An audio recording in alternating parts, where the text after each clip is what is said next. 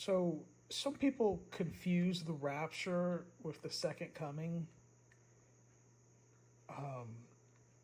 and you know there's quite a few reasons to that prove that the rapture and the second coming are two different events. But in this video, I'm going to give you just one crystal clear reason, okay? And I'll eventually make some other videos giving some other reasons and talking about the distinctions between the rapture and the second coming. But the reason, or but here in this video, the reason I'm going to give is that in the rapture, Jesus' feet do not touch the ground, whereas in the second coming, his feet do touch the ground. Okay? He touches the ground in the Mount of Olives during his second coming. So in 1 Thessalonians chapter 4, and I'll start at verse 14. For if we believe that Jesus died and rose again, even so them which also sleep in Jesus will God bring with him.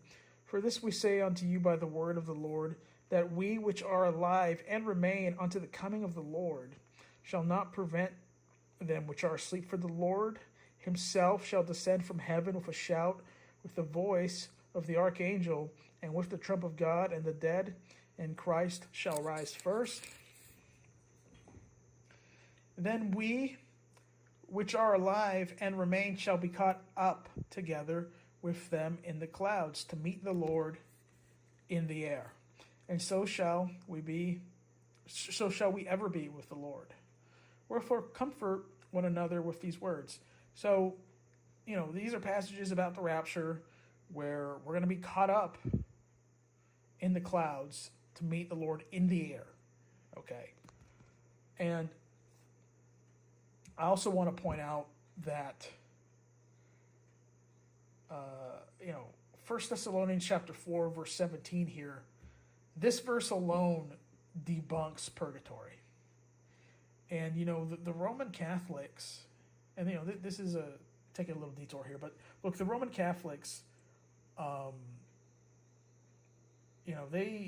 they don't believe in the rapture because, and part of the reason they reject the rapture is because it'll mess up the false doctrine of purgatory. And, they believe in purgatory and they teach purgatory, right? And,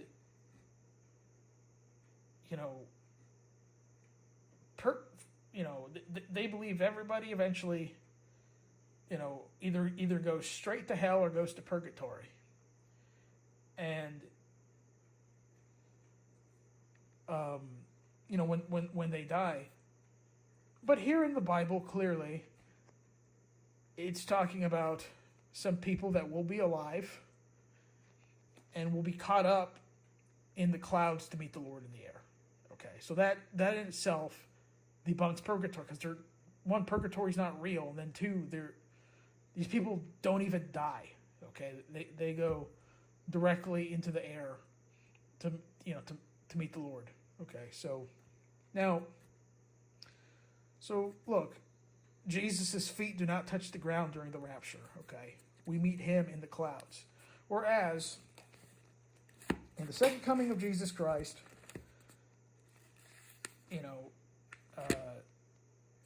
let me go to Zechariah.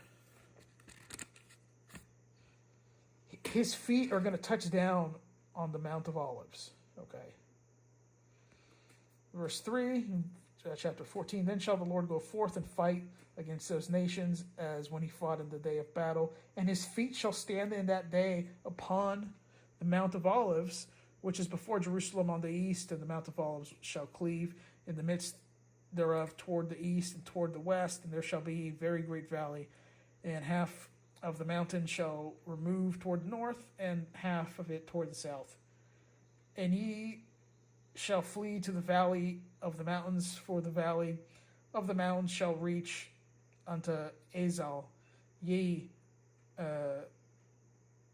ye shall flee like as ye fled from before the earthquake in the days of Uzziah the king of Judah, and the Lord my God shall come, and all the saints with thee. Okay, so this is actually a bonus reason of why the rapture and the second coming are different. Because in the rapture, not only do we meet the Lord in the clouds, right? And he doesn't touch, and his feet don't touch the ground, right? What is he doing? He's gathering the saints. Okay. Whereas in the second coming, his feet touch the ground, and he's coming with his saints. Okay, so that's a huge difference, and it's a clear difference. Anyways, God bless.